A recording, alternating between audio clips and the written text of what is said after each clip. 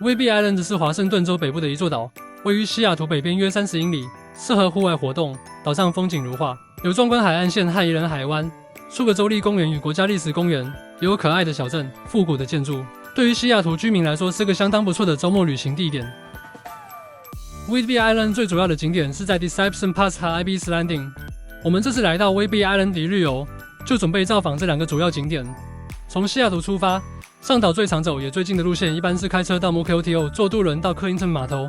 上岛后可以一路南往北走到 Deception Pass。我们这次因为行程时间的关系，如果坐渡轮反而会比较久，所以选择走沿5转20号公路，再由北过桥往南的路线。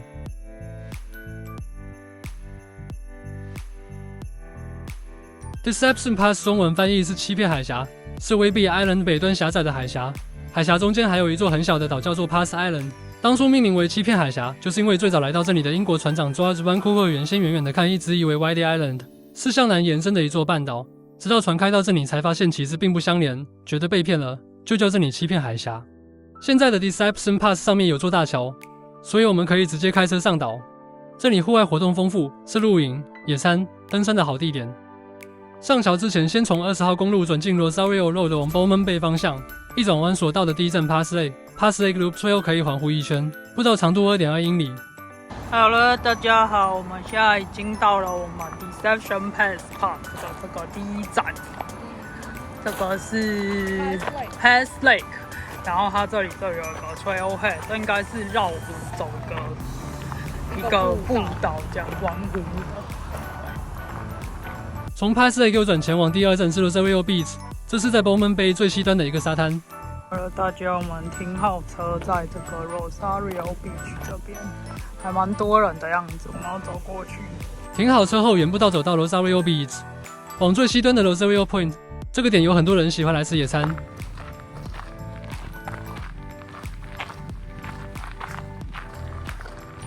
沙滩旁的风景给人一种相当宁静的感觉，这里适合观察潮间带。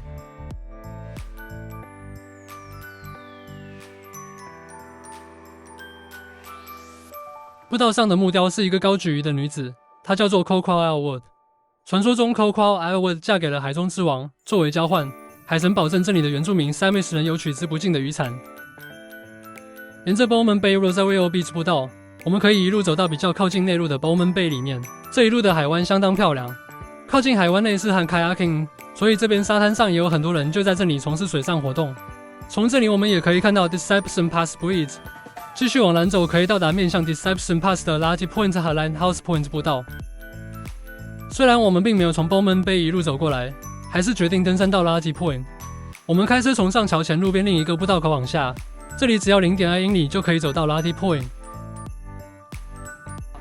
大家看到没有？这就是 Lati Bay 0.2， Bowman Bay 0.4。所以看来 Lighthouse Point 就这里下去到前面水绿绿的。我们应该这个圈走到底了，看来这里看不到桥。我们继续往上爬 ，view 有越来越好，暂且大家看一下这个路的高度。喜欢爬山的话，这是条很不错的登山道。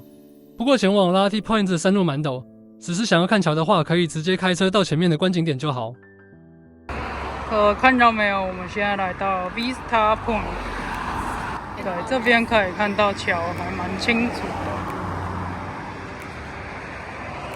Deception Pass Bridge 这座大桥是一座悬索桥，长约453米，就悬挂在海湾上方。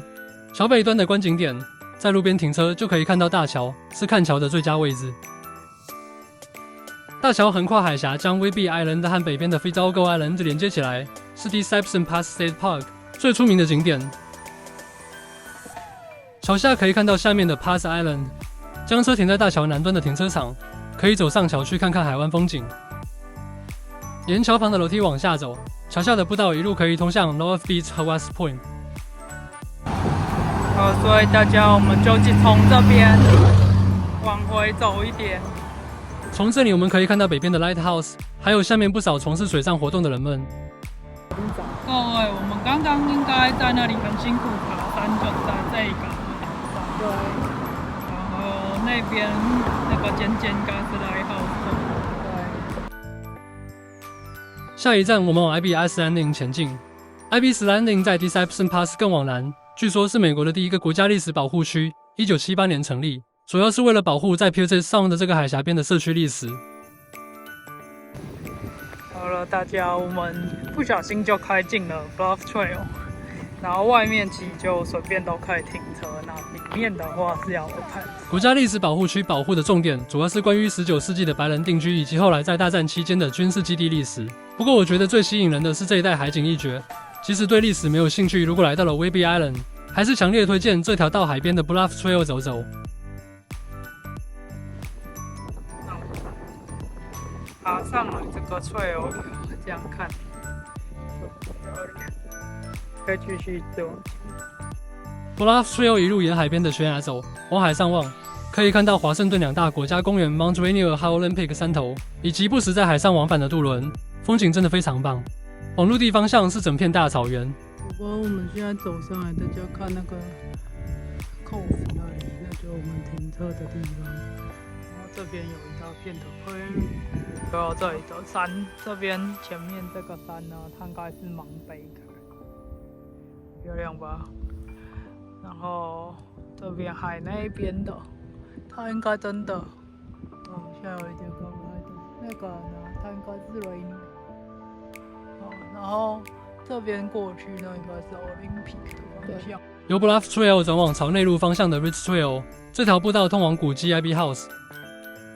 伊斯开毕是第一个在 Whidbey Island 开垦的白人，1850年在这里建立了农场。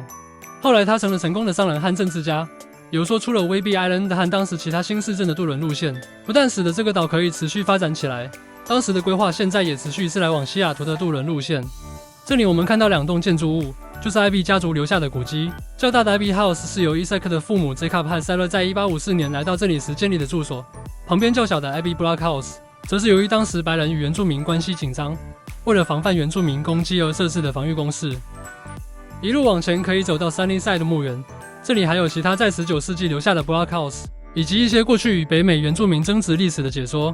伊斯盖比在1857年就在原住民的攻击下去世，现在我们在墓园里也能找到他的墓。然后我现在进来这个 Block House。